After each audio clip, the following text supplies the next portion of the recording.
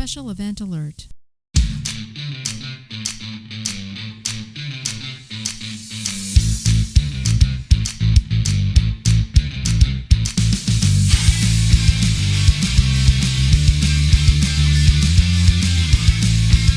The guy ahead of me at 7-Eleven was buying $100 of lottery tickets, and there were no auto picks, which is excuse number 99 for being late for changeover, your weekly space news and variety show. I'm your host, Marty Smith, and I'm joined by Mr. History, Eric Perrott. Hey guys, what's going on?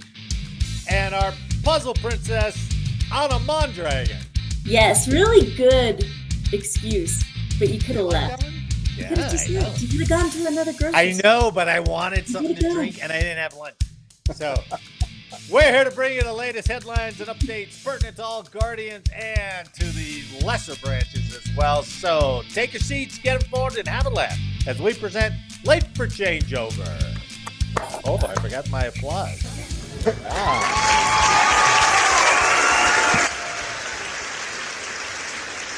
Hey, I wanted to let you both know that I have an update. I have an update on why Jake's not with us tonight. Well, okay. He contacted me for advice on how to start his OnlyFans website.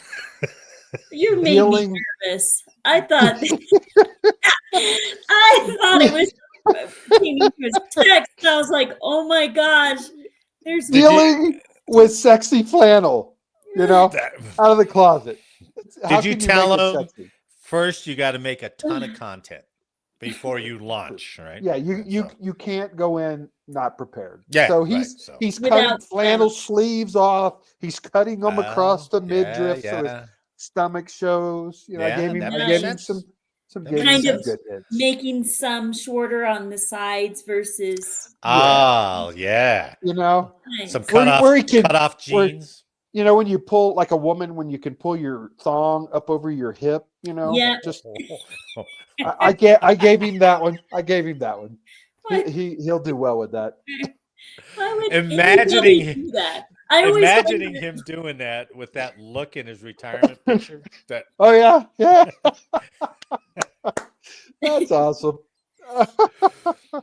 I know, Eric, you did kind of set me up for that because I was like, oh, he's off seeing a friend who lost the child. And I was like, whoa. I know. I got scared. I know Jake's the most empathetic, helpful guy you would ever be surprised that he is. It's amazing. Yeah.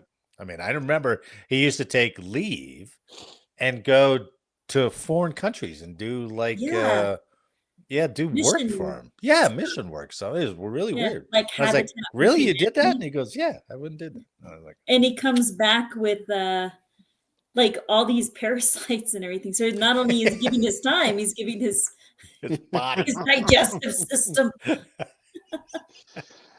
I couldn't resist. I thought he'd enjoy a little poke. Oh, yeah. Well, yeah. One way or another. Sure. Yeah. Very good. That was a good one. Good to see you guys. Eric, y'all, is the Masters this weekend? It is. Starts Thursday. Do you have money on a golfer or a team of golfers? Are you playing fantasy golf? I am. They don't have fantasy. They do. Oh, yeah.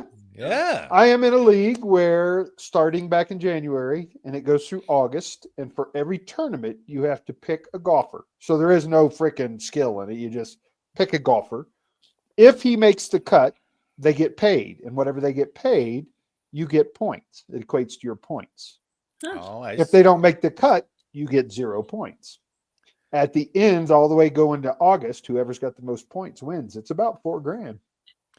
How many golfers typically make a cut at the weekend level? Oh, you're talking about between 60 and 80 golfers. Is that what it is for the final couple rounds? The last 2 days. Yeah. So, wow. Well, then how does it work? Does everybody just pile onto the top 5 golfers in the world and you go from there or what? Well, here's the thing. You can only choose him once. Once you use him. Oh, I gotcha. Yeah. You can't use the golfer again. Yeah. So That's sort of like what do they call that? Like survival leagues or something like that. yeah, Where like if you you have, gotta bet a team every week or something like yeah, that. Yeah, I got yeah. you.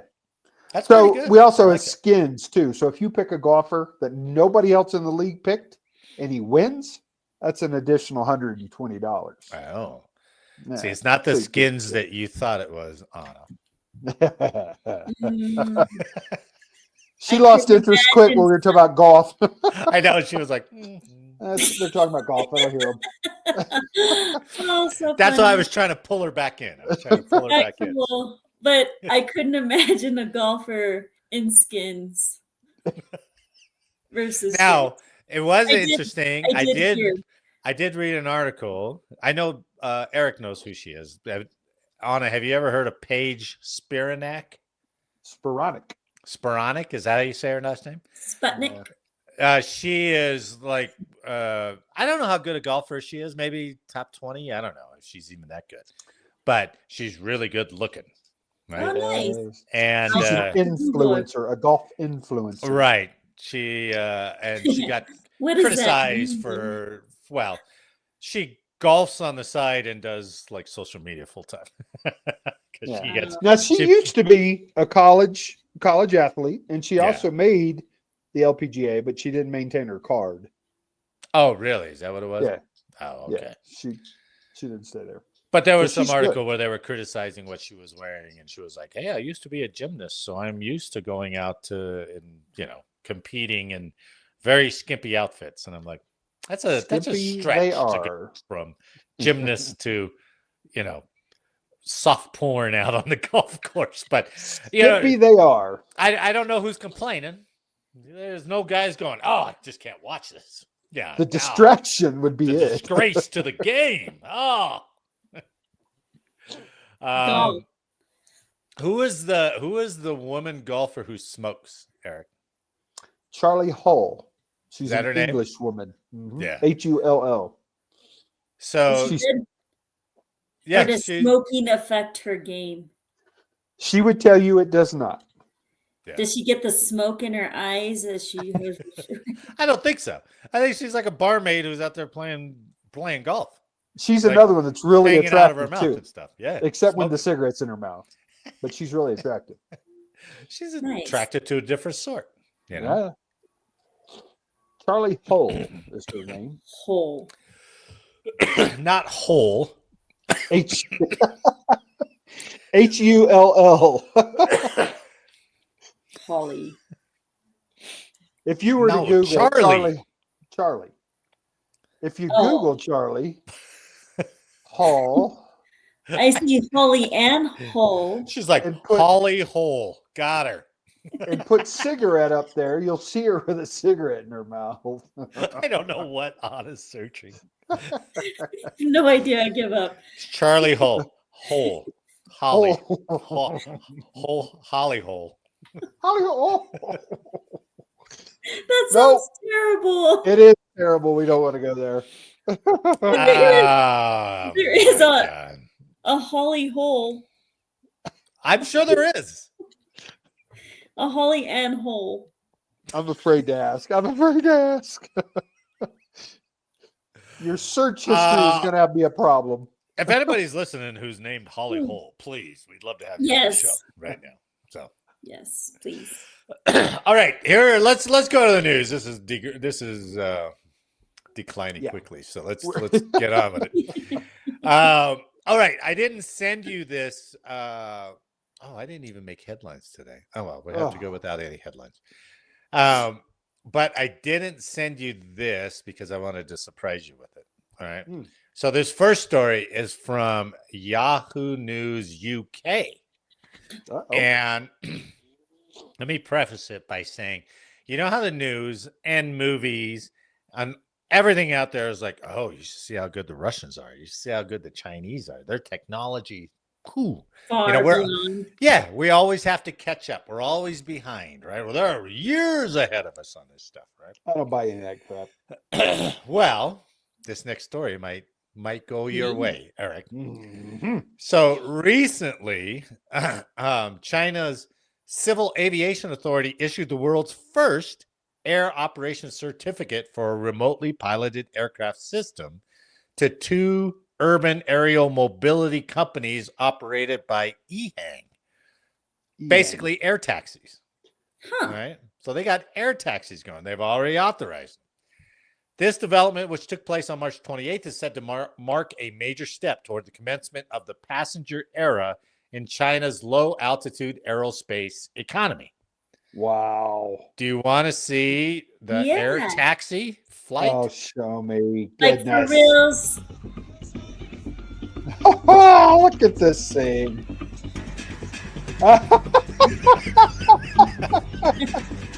That's perfect. That does not.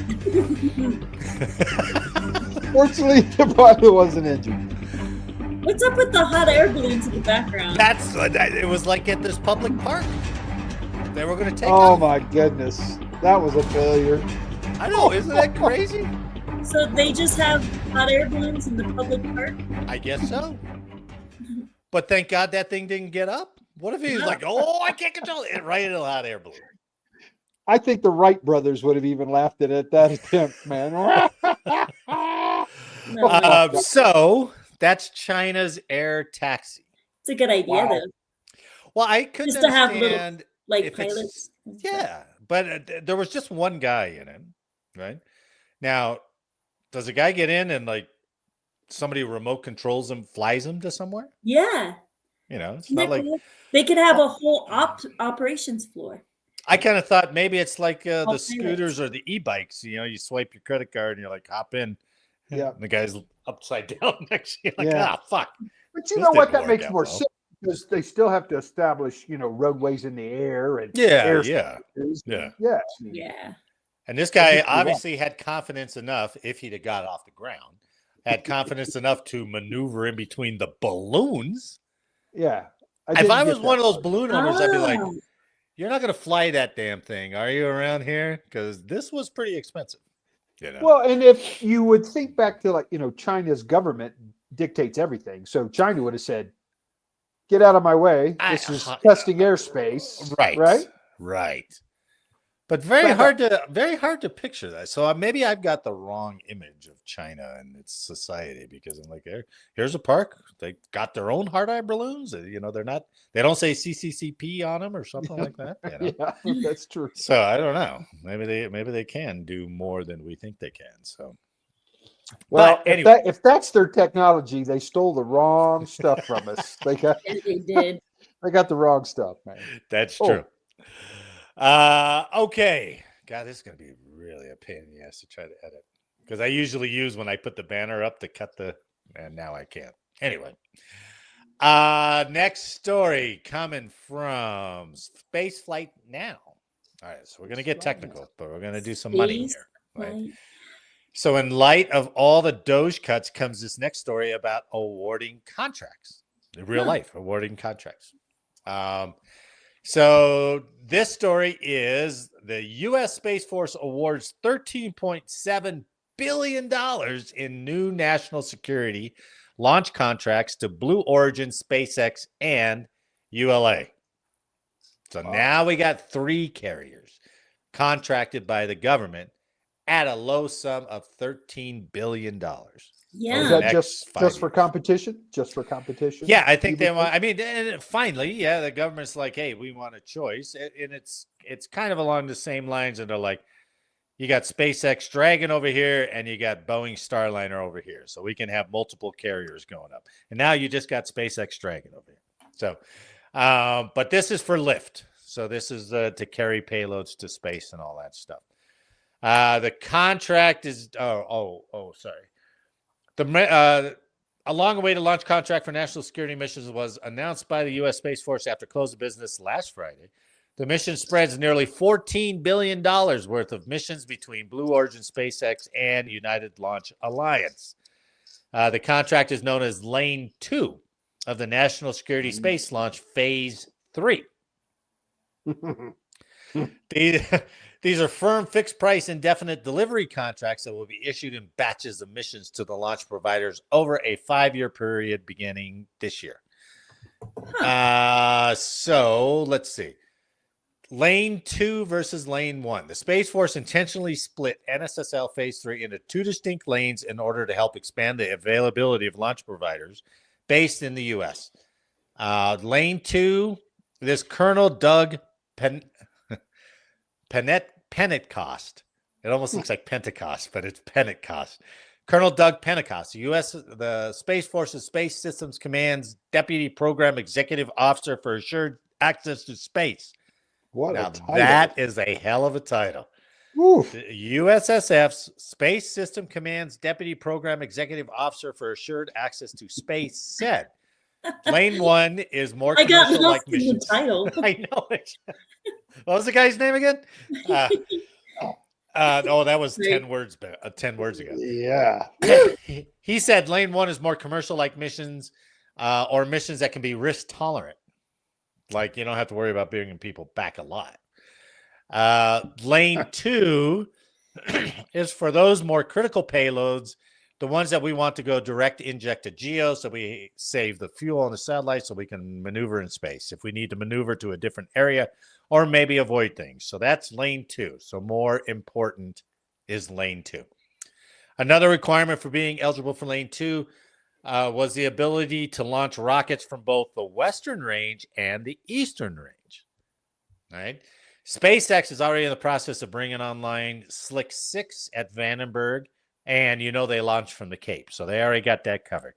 Meanwhile, ULA has been converting Slick 3E to its new Vulcan vehicle. That's their launch vehicle. And so they'll be able to launch from Vandenberg and the Cape. Blue Origin doesn't currently have an operational launch pad at Vandenberg, but it will reportedly build out a launch complex at Slick 9. This is the funniest part about the whole thing. Both Dave Limp, Blue Origin CEO, and ULA President and CEO Tori Bruno, they congratulated each other and SpaceX in posts on X in response to their business's announcement. But Elon took a different tact. Oh, I'm sure he did. Here's what Elon said. He said, winning 60% of the missions may sound generous, but the reality is that all SpaceX competitors combined cannot currently deliver the other 40%. I hope they succeed, but they aren't there yet. So, that's a good point. He hit it on the head. Yeah. And I forgot to read the breakdown, but yeah, SpaceX is getting like 60% of these missions, and then the other two are going to get the rest. He's 40%. a proven identity. They're not. Yeah, man. he has. Yeah, he has. So you know what else? It also begs the question: $14.2 billion to USSF. I wonder what the other branches of service are getting to update their weaponry, update their tactics, update their facilities. Yeah.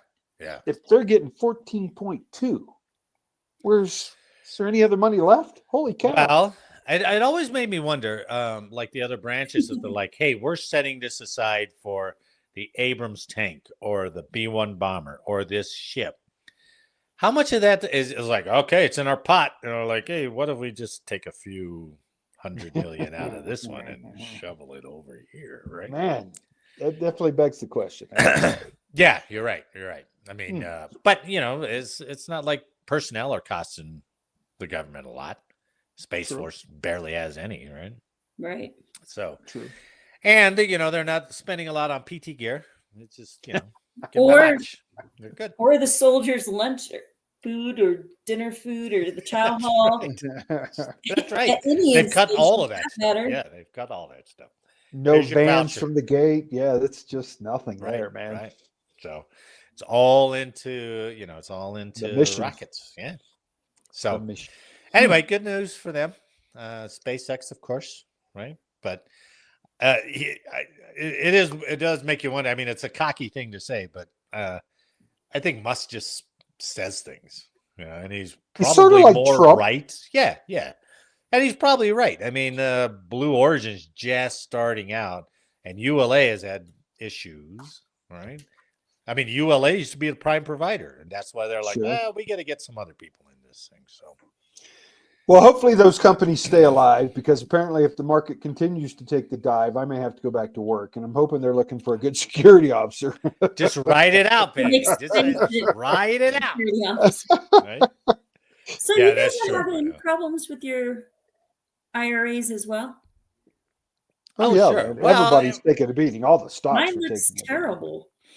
Right now. It does, but especially IRAs or mutual funds or whatever it's going to be, it's long term, right? So they're supposed to be buying this dip. If the managers are doing it right, they're supposed to be buying this dip. So when it comes back up, but Yeah, my but the problem sister with that is philosophy is they'll always tell you it's a long-term investment. Well, guess what? We yeah. 60-year-old boomers don't have long-term. Don't have, well, yeah, Not anymore. my Don't sister's take it in the all. same boat. She is retired, Yeah. and she's like, "Oh, I lost 60,000 off of this thing," and they're like, Yeah. yeah, that's Lost more real, than that. right? Yeah, it's real. So, but if you can hold on, I hope he's right. I I know, mean, me too. I'm on board. And I talked to my finance guy today. I said, Dave, do I need to go back to work? And he goes, no, not yet. Not I'm like, yet. okay. Thanks, bud. That's all timing. Yeah, right. Ooh, yeah. But when So he I'm takes your hoping. Social Security and your Medicare, and You know what I want to go do? I want to go be what is it called? A security guard at Walmart. you don't want to do that. Theft control, if they pay me well. That's crime prevention. Yeah, because you don't have to tackle them. You don't have to really you don't have to do anything. You just tell them, hey, I see you stealing, and they can walk off, put it back down, and leave, right? Yeah. Nowadays, because of the laws, anybody can. That's got to be worth 6 figures, right? I don't know. I don't think Shut so. up. You better stay where you're at. Who's you guys got a phone buzzing? I can hear Nope. it through them. Yeah, I did too. It wasn't me. Anna. She's checking it. So Anna. look at that side eye. Look at that. Okay. That's funny. Well, she muted us, so she's talking now. So Yeah. have you ever used Starlink? Have you actually used Starlink? No. I haven't either. I don't even know how to start using Starlink if I wanted to. Right. I know the guys out east have it, like in Elizabeth. My brother-in-law was talking about it that makes out there, sense. so That makes sense. I've never seen it. Well, Starlink, for those, because I wasn't sure exactly what it provides. I just hear Starlink being thrown out and stuff like that. So I looked it up. Starlink is a satellite internet service operated by SpaceX designed to provide high-speed, low-latency broadband internet access globally, particularly in remote and rural areas. So I was like, oh, okay. It's internet access. Yeah, I thought it's it was Elon. Starlink. Do you use Starlink? Mm-hmm. Oh, you do? Yeah. I want to buy a mini one so I can go camping with it, but isn't it Elon Musk's thing too? It's Elon's. It is. Yeah. It's SpaceX. Yeah. Is reliable? Is good. Yeah. I like it. Well, I mean, as any satellite link, sure, it goes down during inclement weather, but not down. It just degrades. So, yeah, and you're out east a little bit, right? I am. Sort of. I'm 15 minutes east of Monument. Okay. Could be spotty out there anyway. So yeah, how's it cost? The cost is good. Yeah, it's not bad. It's $100 a month. All right. Yeah. Well, Starlink's got that going, right? But now it looks like they may have some competition. Ooh. SpaceX. Yeah. Uh-oh. I got this story from, I don't know how I ran into it, but it's from the droidguy.com. Droid guy. The droid guy. Right? Nice. So his story is Amazon's Project Kuiper set to challenge SpaceX's Starlink with an April 9th launch tomorrow.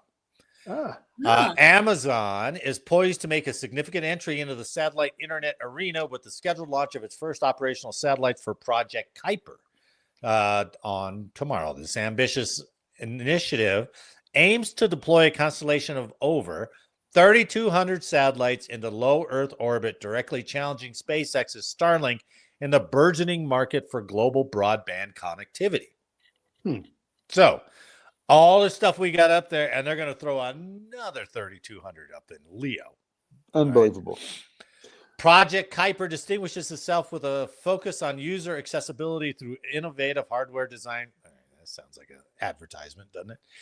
The project offers a compact terminal weighing just 1 pound and measuring 7 inches 1 square, pound. capable of delivering speeds up to 100 megabytes per second, tailored for individual users. For residential and business applications, a more robust terminal provides speeds up to 1 gigabyte per second. These devices are expected to be competitively priced, with the smallest terminal costing under $400, reflecting Amazon's intent to make satellite internet more accessible to a broader demographic. Well, I'm kind of curious because HughesNet, do you remember HughesNet? I remember HughesNet, sure. HughesNet has been around, and they still are. I'm kind of wondering because they were first. What are they running off of? What are they? I thought that was satellite-based. Satellite-based too. Fiber. No, I thought it was don't know. satellite. I don't know, but I do remember HughesNet. Yes. I remember hearing Yeah, it's still out there. It really is. So, before Starlink. Say again. So this is HughesNet before Starlink. Yeah. Oh yeah, yeah. I remember it years ago. Yeah. I don't remember HughesNet. Let's see. Crazy. Well, as you're looking it up, the rest of the article says entering a market dominated by SpaceX's Starlink. So this Project Kuiper is planning on putting 3,200 up there. Starlink already has 8,000 satellites. Do you see how they launch them? Yeah, it's really cool. Yeah, it's like a boom. It's really I think it's like 40 to 50 of those little at a shot. Yeah, buddies like going into orbit. If only they would make that sound like a Jetson sound, you know. HughesNet still exists. I'm pretty sure it's satellite based on what I said, but I didn't go all into the article to see. Yeah, I understand. But it's definitely satellite. Amazon's Project Kuiper faces a formidable challenge. However, Amazon's extensive experience in cloud computing through Amazon Web Services provides a strategic advantage. How? I don't know. I didn't go into that deep. By potentially bundling internet services with other enterprise solutions, Amazon aims to differentiate Project Kuiper and appeal to business and government sectors. Oh, excuse me. Additionally, Amazon has secured agreements for 80 launch missions across multiple providers, including ULA, Ariane Space, which launches out of French Guiana, I think. Yeah. And Blue Origin.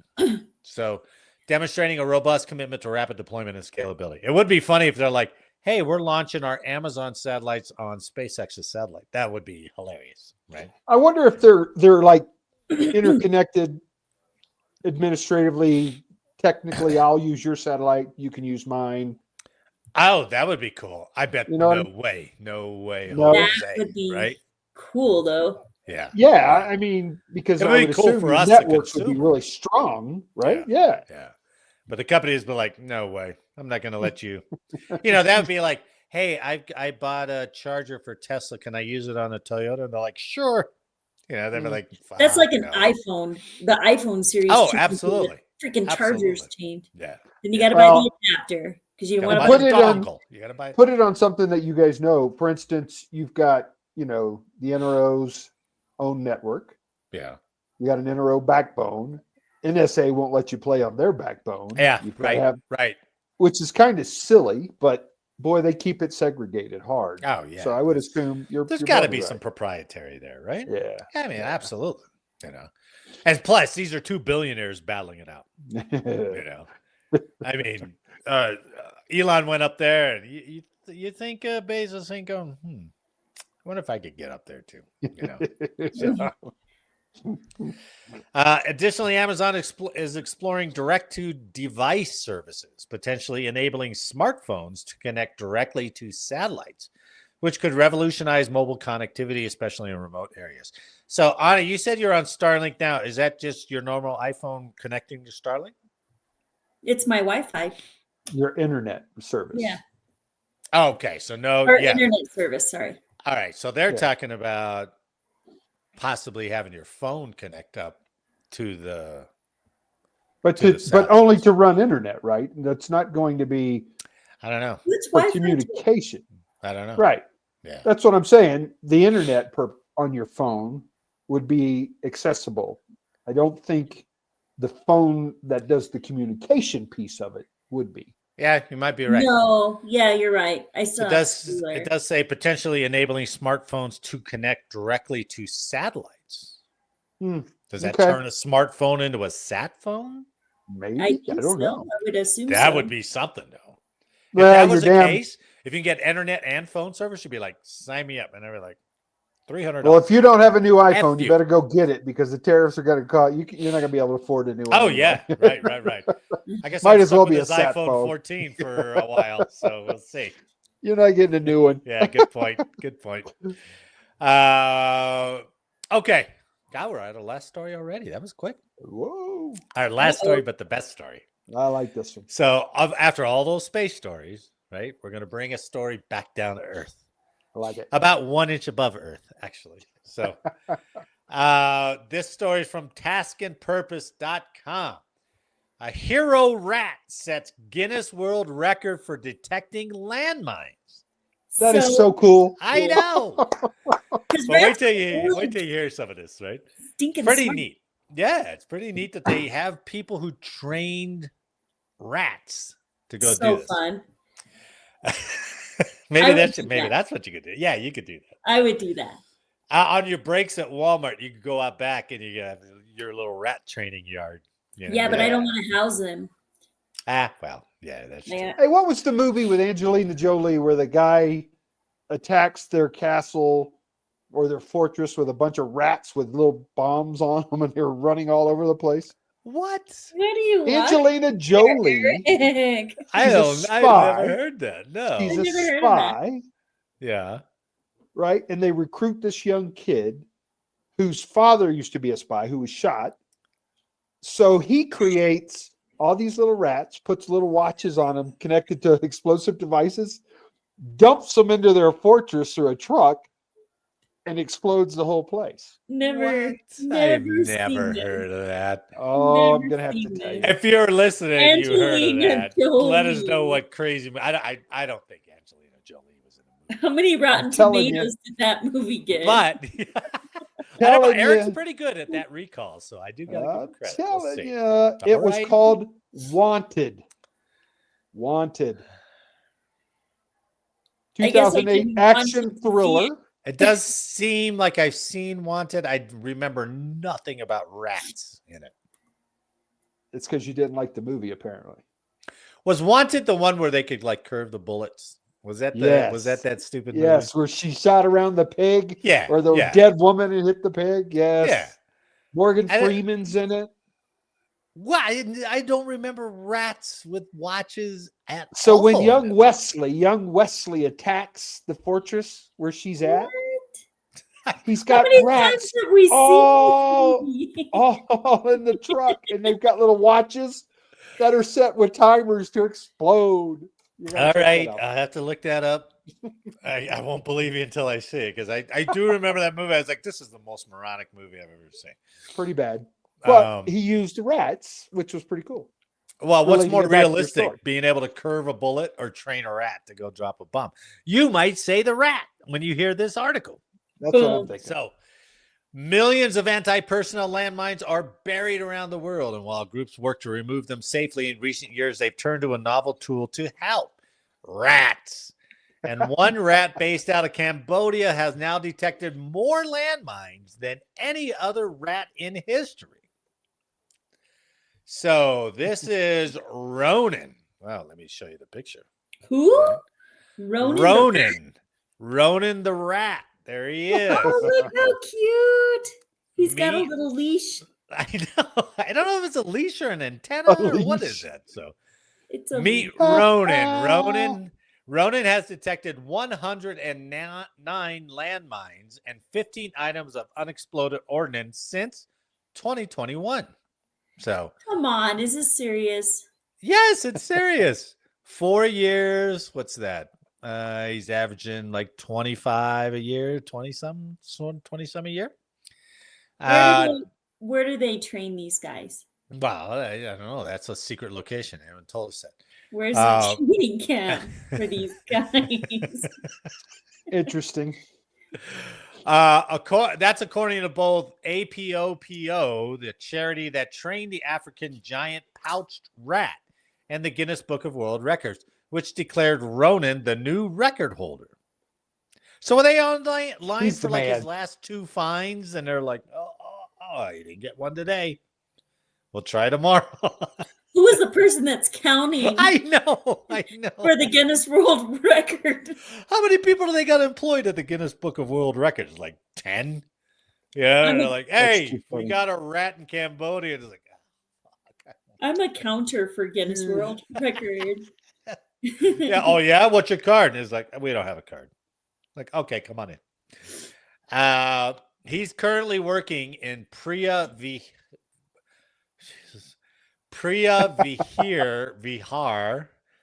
province in Cambodia, one of the most heavily mined countries in the world.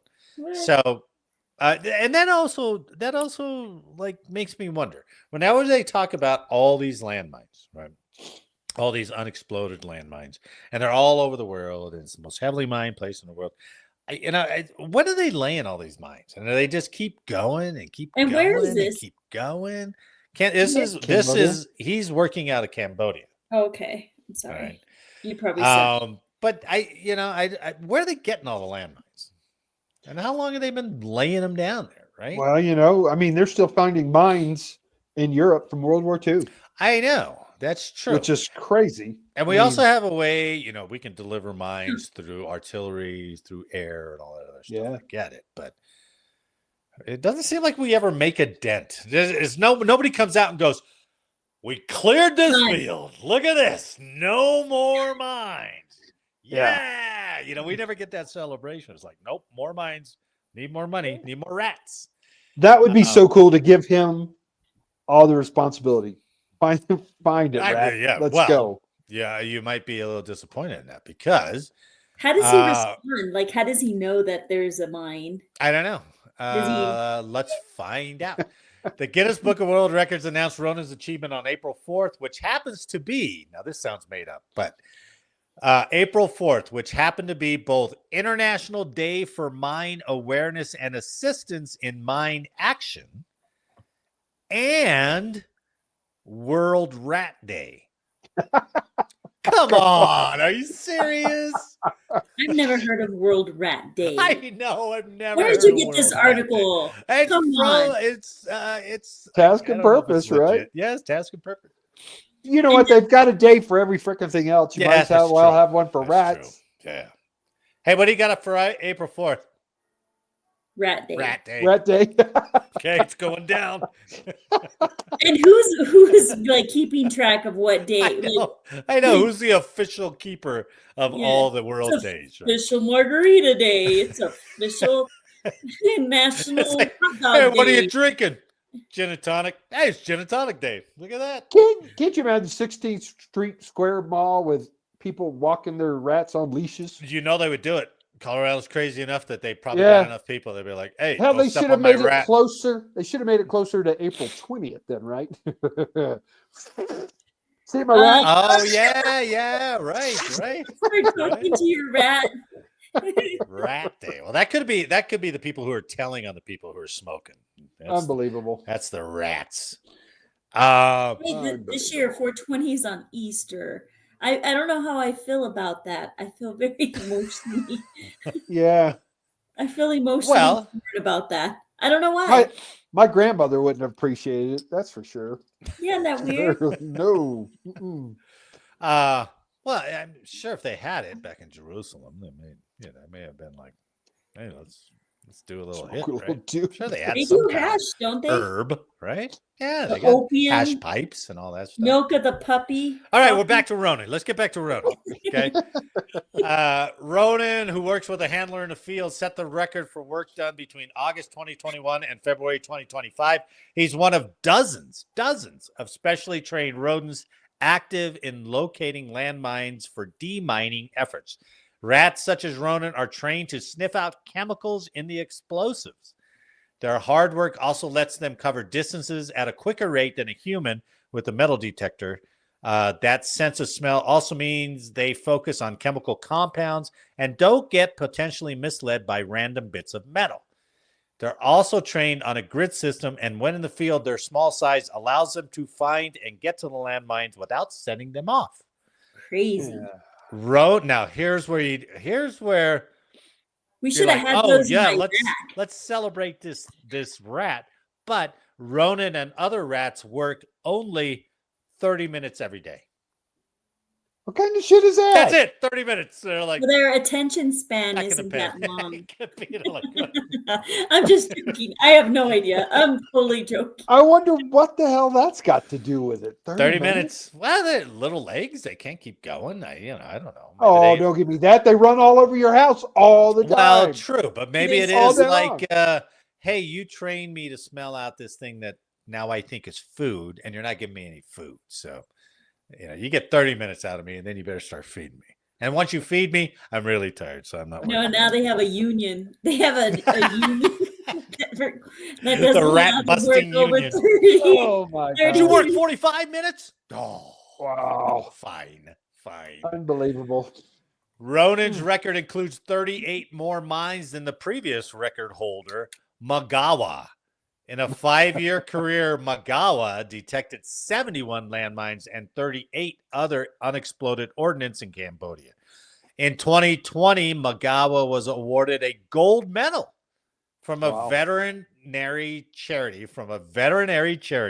for his efforts. Magawa died in 2022 at the old age of 8. Stepped on a mine. Old age of 8. Has PETA heard of this mine rat? Like working for the man, the literal man, right? And it's inhumane to just blow good. up a rat. That's good. It's like, lost that one. But call up the next volunteer. Well, does that mine count go into their total if they blow themselves up on a mine?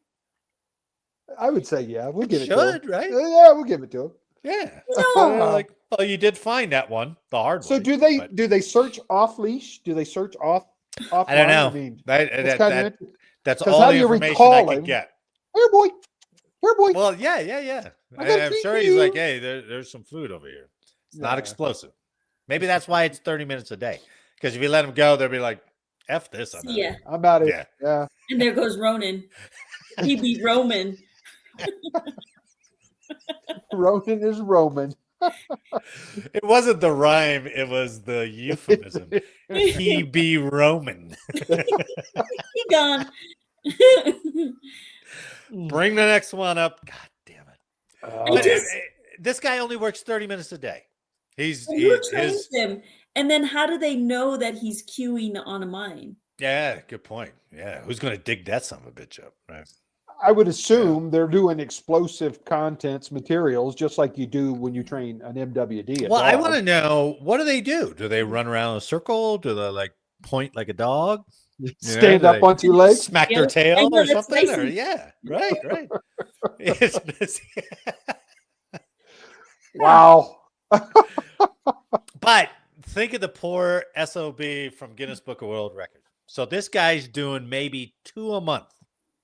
All right, on average, he's doing 2 a month, working 30 minutes a day. The rat beats his ass. Right?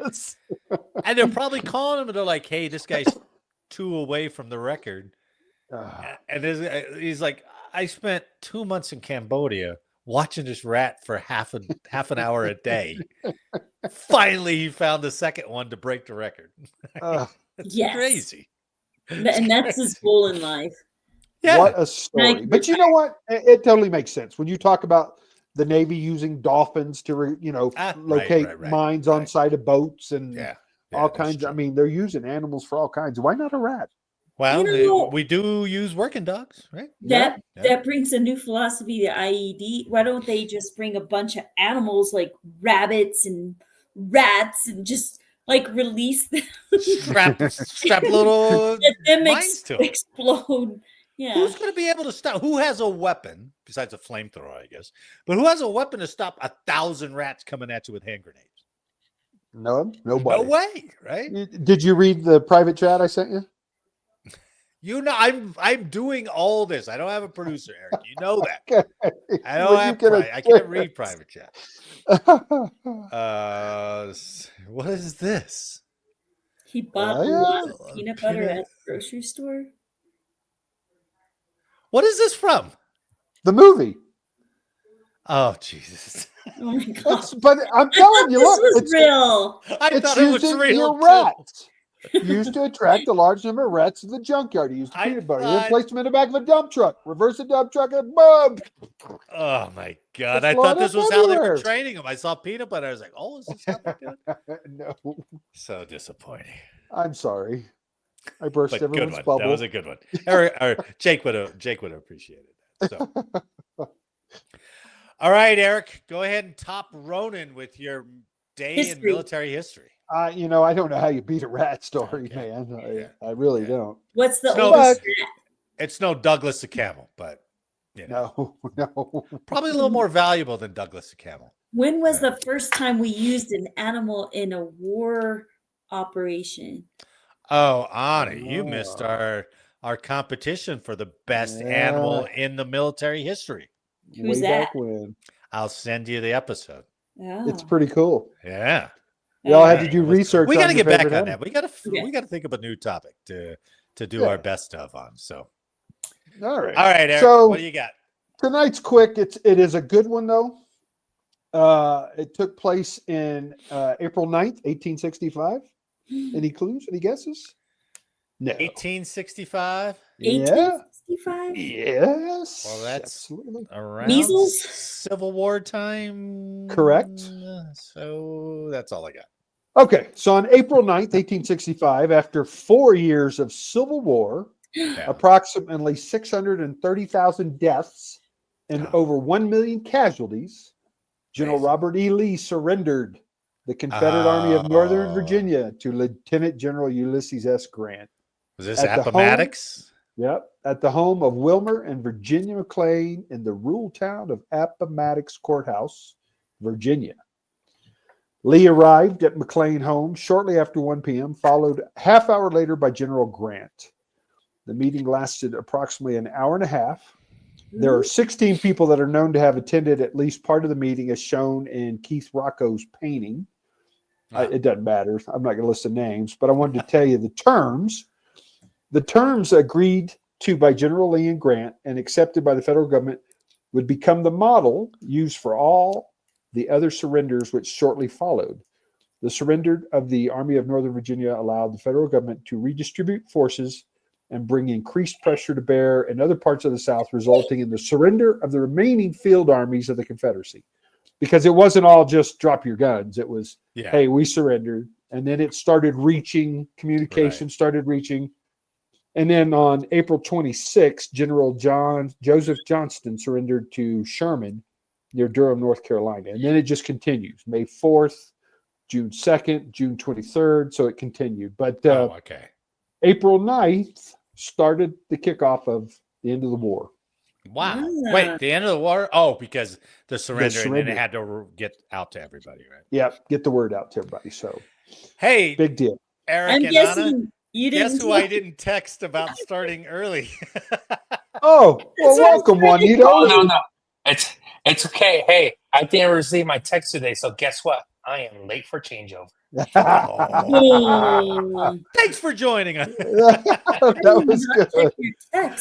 Juan, I didn't think you were going to be here. I texted these two because I know Jake was gone, and so we started at 7. Just man. So, like, but is there a story that you would like to comment? We will let you get that in. Absolutely. Oh, no. I was just like, I was going to just join the team and I'll go there. I didn't get into the details with the story. So, well, good. Then let's do this, because I do have a question about Eric's history. Was April 9th was the surrender at Appomattox, the end of the Civil War, right? General Lee to Grant. Okay. So, where do you guys fall down? It's been several years since they started this thing, but it actually kind of culminated with them renaming. So, knowing your history of the Civil War and what Lincoln did to outreach and why some of these army posts and other things were named after Civil War or Southern Southern generals, right? It officers, was yeah. kind of an outreach to Mhm. acknowledge their their accomplishments. But then there is a valid other reason where they're like they were traitors, and you go, you know what? That Mhm. you can't dispute that. You can't dispute that. So where did you guys fall on that whole debate on should we be honoring any Confederates at all? Um, Technically, to the letter of the law, yeah, they were traitors. But at the same time, and that's why Lincoln did it, right? In an effort to kind of heal the country, to Reunite. acknowledge their leadership and their kind of thing. So where did you guys all fall on that? So I think so. Where I'm at on it, like they took down the statues and stuff like that. Look, there's a historical thing to where it sparks discussion, Yeah, right? right, sure. So Sure. I'm not saying so much, oh, we're honoring this statue or nothing like that. But hey, this is a statue of General Lee, and this is what he did. Here's the whole history. Yeah, Whether you agree on it, whether you agree with it or not, right? Like I right, didn't agree with anything that he did, but to not to erase the history, but that goes back with not erasing any history. Because a couple episodes right, ago, we were talking about how they were erasing because of this whole DEI movement. They were erasing Yeah. African American history. They were doing Yeah. this, so you just can't, have your like you have what have it one way and not the other, right? Well, So I don't let's think I have a don't real think talk they're about this. right. I don't think they're necessarily erasing it. They're just not highlighting it. I think that's the Either point of way, what they're though, trying to but do. Because it's like, hey, Juan Lopez charged this hill and saved 15 people, right? That's badass. But if I go, Juan Lopez was a Mexican who joined the Air Force, and you're like, well, what, because he was Mexican? They're like, yeah. And you're like, Well, you know what? so, I have to take one step so I back think because the term Yeah. traitor, when you're talking about the Confederacy, yeah, yeah. none of them felt that they were traitors. They thought they were right. Go ahead. Sorry. states were going to pull out, govern themselves. Yeah. So it wasn't about being a traitor, as far as I'm concerned. Good point. That's a good point. I never even Yeah. thought of that. Yeah, I don't that's a think good so. Yeah, but but I I just also think agree with Juan that I think you don't remove the bad just because it was bad. Because I'm a Sure. true believer in that comment where if you forget the past, you're going to repeat. Right. I'm a firm believer in that. Well, So I think also think some of that movement was overblown because they went, oh, these guys were slave owners, and it was like, wait, they were more than that, all right. yeah.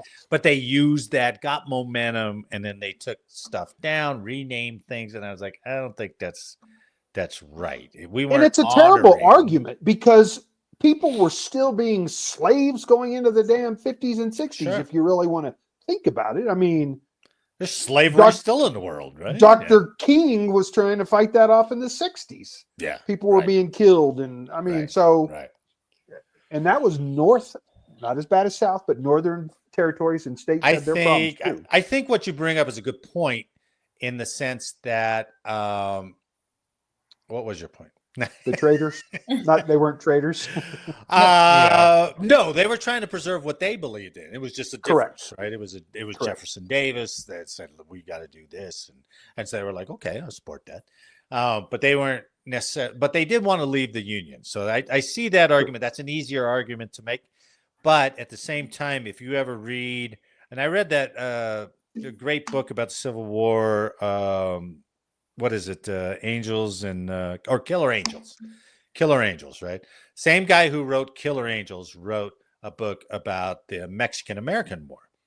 And that was really fascinating because you have Captain Lee and Captain Longstreet, and all these guys are younger officers. and Lieutenant Grant, and they're all mingling together, all in one army, Well, they and all of them went to West Point. Oh, West together. Point. Yeah. But they all served already. They already fought in the war. and now they're on either side. So I don't know. Thought it was interesting. That thought that was a good Well, yeah. I history mean, to I bring up. guess like it's so funny because we go deep into like this conversation, right? And then if you look at all the states that were taken from Mexico, the names of the cities that were named Yeah. after saints, Yeah. and through stuff, and you could say that they lost it and they could have changed it, which there has been some changes, like but then it's also knowing the history behind those changes, right? But it's just interesting. I think it's like one of those things that you're not gonna please everyone. But I like think, I said, I am yeah, really in the mindset of having the discussion of the history and why it was bad, why what led to it, and why we are here today. I believe those are the things that you're preserving by I having think, some of these things, right? Yeah, right or wrong, ugly I know that or makes good, sense. but Like, yeah. yeah, I'm with you. I know what you mean. We had to take And all then those different steps to get to where we are today. All those yeah. led to where we are today. And that certainly wasn't the worst thing that was done. I mean, you could go back through history and see things that were done to countries and people that were Right. horrible. Right. I mean, the Civil War wasn't the only one. No. No, There's some a lot of stuff. there's some ethnic cleansing going on in a lot of countries. Absolutely, So man. Like I didn't know about the battle. I was driving from Oklahoma to Colorado, and is it the Sand Creek Massacre? yeah, Sand Creek Massacre. Sand Creek Massacre. Yeah, I was just and then because so here's the thing. This is what I'm talking about discussions. I'm driving through it. I didn't stop. It's like, hey, this is a historical location, and I use red. But it made me go home and look into it. Yeah. And further Ask the detail. question. And I guess that's what I'm talking about, right? It's not that so much that we're celebrating it. It's discussing it. So No, it happened. I mean, I can we should see know about this. yeah, and I can see the different point of views and why some people might not agree with it, or it's like they might see it differently, but we can't please everyone. I don't know. But Anna seemed like she was about to, yeah. We're always shaping history.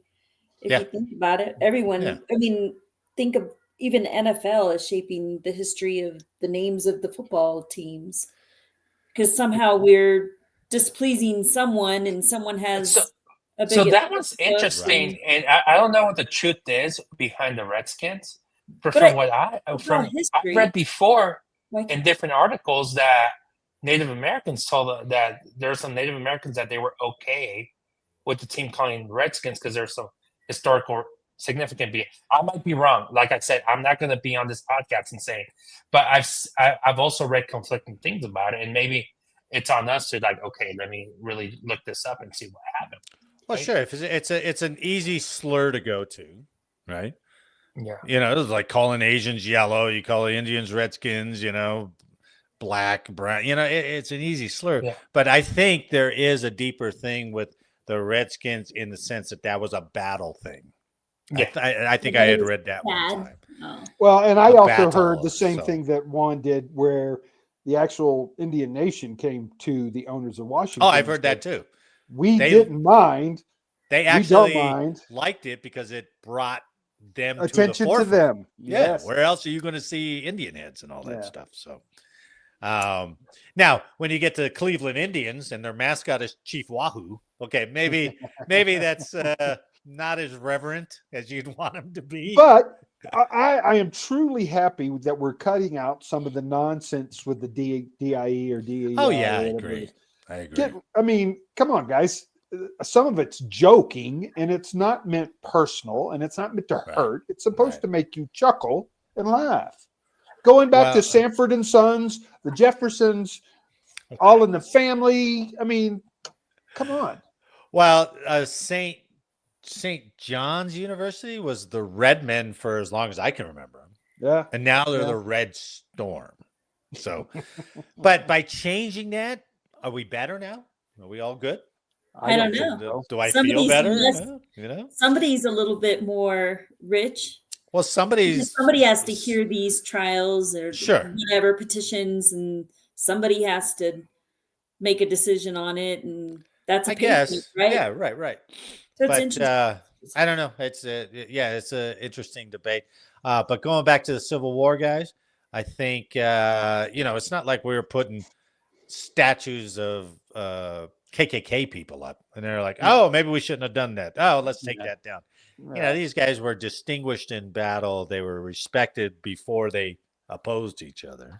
And by the way, and the communities loved them too. For 200 years. Yeah, we're 200 years. How's the statue going to hurt you? Right. Whether it be right or wrong, it doesn't hurt you. It's a statue. Don't look at it. Don't walk by it. It's got a reason. It had a reason. You like the reason, you don't like it. And I've never got to see any of those statues, right? Obviously, because I'm out west, and if I went out there, honestly, if I probably saw the statue, I probably didn't pay any attention because oh, cool, a statue. But it's like one of those things. Like a lot of them have a plate, and that plate could talk about, hey, from this year, General so and so led this and that, and they lost in battle. Which this loss in battle also led to the liberties of the slaves and blah blah blah, right? Oh yeah. So like I said, have those discussions there and be like, oh okay, that was like same thing. I mean, because I'm pretty sure there's a lot of statues even in the old world of people that were probably, depending on what culture you come from, in the same country that are perceived their enemies, stuff like that. But it kind of erases thing. Like let's talk about when the Gulf War kicked off, or the fight against terrorism, right? And they were going in there and destroying historical artifacts, ancient artifacts, trying to erase that history. I don't agree with point. That, right? Yeah, that was what ISIS did. They went in and tore down all the history, right? Yeah, but that's also a tactic to like make people forget and start worshiping us, that kind of thing. So it seemed very similar to the movement that was happening in this country. It was like, and like I said, by any means, I did not agree with what the South was doing, but I think it forces those discussions. And that's where I would have rather see a movement is like, you got that statue, we want a statue put up. It's like, okay, I can have opposing statues, but why is it all just let's tear it down, tear it all down? It's like, well, why don't you just put up your own? But I still think that those statues could still go into an American History Museum. I don't know what they did with those statues. Yeah, right. They could have kept it. Yeah. Well, and you know what? To make a point here, in 1900, like 1901, 1902, they were having reunions between the soldiers that fought at Gettysburg in certain battles. Yeah. Where they're actually in their uniform, shaking hands with each other. That's perfect. Right. Yeah. Right. One didn't like what you were doing, the other, but now we're shaking hands. Sure. We're freaking, moving respecting past the dead, moving past, right? Learning from the lessons of that combat or that war. Right. So I don't agree with removing the statues. Yeah, I didn't either. I didn't like the other argument I've heard from other people's like, well, you don't celebrate the losing team. That's what you hear. No, I'm being serious. Right, that's what you hear. Right. Yeah, you go talk to the guys in the South. They're still celebrating that. They General Lee's a General Lee for a reason. Swing that Confederate flag still to this day. Oh yeah, right. To this day. I will say that those. So like, at least for me, with some of the stuff that I grew up with and kind of witnessed and been exposed to, I will tell you that it's a shame that sometimes the own American flag, depending on how it's used, scares me. I can understand Just that. straight up. Depending on how it's used and what group of people are surrounded by it and what they're advocating for. I got you. Yeah. No, but I'm saying, so like going to the Confederate flag, right? When like me thinking like the first thing I'm gonna resort to, it's whatever. But then I have friends that I've met in the military. That I had one friend that had a Confederate flag belt buckle that was passed on to him from his grandfather, and I asked him about it, right? So it's just like one of those things, like like when I first see it, I first think of like, oh, this is like what's going on here, and then you kind of pull on that string, like, oh, yeah, it was my grandfather's. I'm attached to it because he gave it to me, this and that. Sure. I know that some people don't agree that I wear it, but they don't ask me why I have it. Right. Yeah. And then so like I said, it's just I think we put too much energy in hate, and it's just I agree with you, Juan. Totally agree with you. Oh my gosh, so much energy and effort into just not being happy. Just be. Yeah. It's like, it's like what I was saying. You got to tear down everything. I was like, why don't you just build something else? In addition, I'd support that. Yeah. Yeah. And actually, that would be awesome for me because it would be like, oh, cool. Who else fought in this battleground where they put this general, let's say General Lee's here? Who was the opposing general? I want to know, right? Like, I want to know who he battled and what people were there, and put the Right. opposite statue. I think that would be a great idea. Yeah, sure. But it's all destruction, right? It's always destruction, which is different motivation. So, all right, Juan, we got you in on an in-depth thing. You got a little bit out. How's the classes going? You almost done? They're good. I still got till December. Damn. And Are you waving? but hey, you're about to... growing the hair. Look how curly these I'm about curls to are, man. leave. Like, I need to eat. I know. Anna's got to go. Hold on. He's hangry. Okay. Let's end up. On behalf of all of us here, I'd like to thank you for listening today. Please like, share, subscribe, and let us know how we get in the comments. And make sure next week that you are not late for changeover. Oh, you have the. That's awesome. Late for changeover. Terrible. Oh my God. Good to see all you, Eric, Juan, Anna, Jake, wherever you are. Get back soon. And thanks for listening and watching, and we'll see you next week. Bye.